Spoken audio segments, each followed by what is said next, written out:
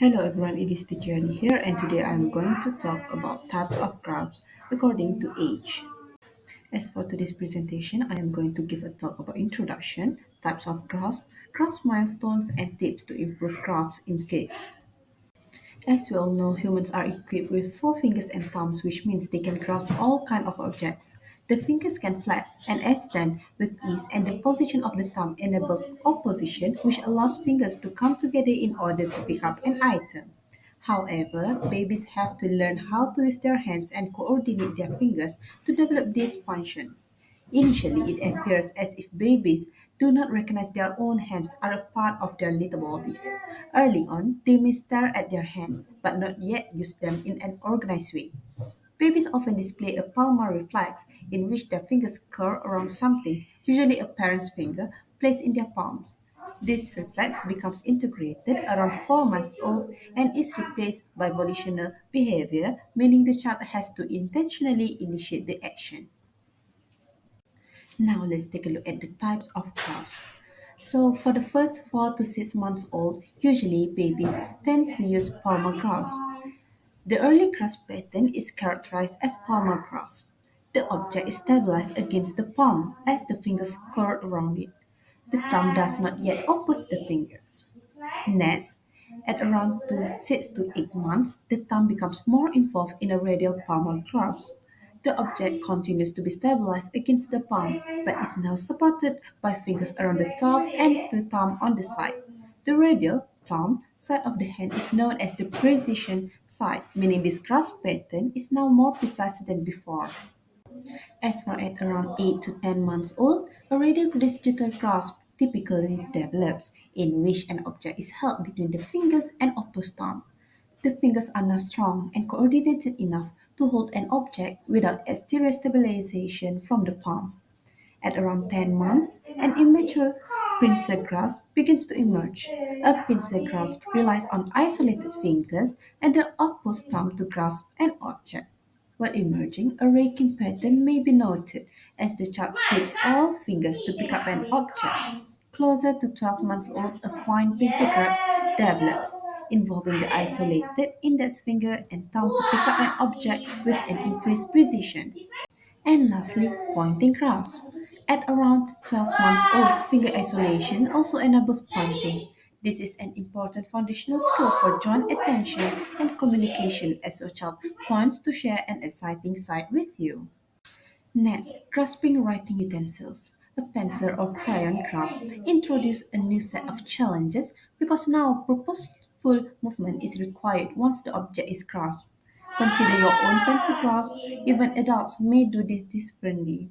The key to an effective grasp is one that allows for dynamic finger movements to move the pencil around to write, slight wrist extension, and appropriate force so the hand does not become fatigued during writing tasks. Initially, at around 12 to 18 months, children typically rely on a palmar or ghost grasp, similar to when grasping toys. Sometimes, this is also referred to as fisted grasp because it appears as if the child is holding the crayon in the middle of a fist. This grasp does not involve finger movements to color, instead relying on less precise movements at the elbow and shoulder joints. Around 2 to 3 years old, a pronated grasp appears. Pronation refers to when the wrist is rotated to the point of the palm, hand down toward the floor. A pronated grasp begins to involve the fingers as they now wrap around the crayon, but active movement continues to come mostly from the elbow joint, which is often elevated in this grasp pattern. Around 3 to 4 years old, a gross five-finger grasp develops. All of the fingers are involved in holding the writing utensil here, which may continue to limit dynamic finger movements. But it marks the first turn toward a neutral wrist position, which is no longer pronated and begins to appear similar to a functional grasp. Hand dominance typically solidifies around age of 4, so writing activities should be performed with the more consistent dominant hand. Around 4 to 5 years old, a static quadruped grasp develops. Static means that the fingers still do not actively move. Instead, writing motions are driven by the wrist, elbow, and shoulder joints. Quadruped refers to the four fingers that are involved: index, middle, ring, and thumb. Children begin to show separation of the digits of the hands as the pinky finger is not actively engaged in grasping the writing utensil.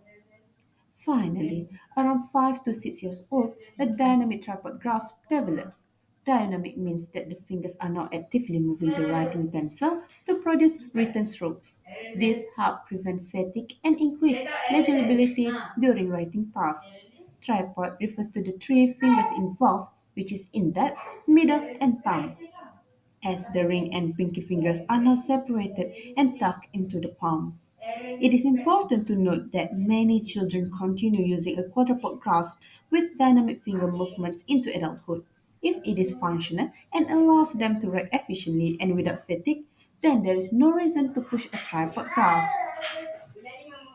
And lastly, let's take a look at some of the tips to improve grasping skills in kids. As an example, placing small toys in an ice cube tray to encourage use of a pencil grasp. Coloring with broken crayons to encourage use of a tripod grasp. Hide a small item under your child's pinky or ring finger to promote separation of the digits. Practice writing or coloring on a vertical surface to promote wrist extension and dynamic finger movements. Write on top of a sandpaper or using a chalkboard for added feedback to the muscles and joints. And lastly, try different pencil grips to facilitate alternative grasp patterns. Now, that is all from me. Thank you.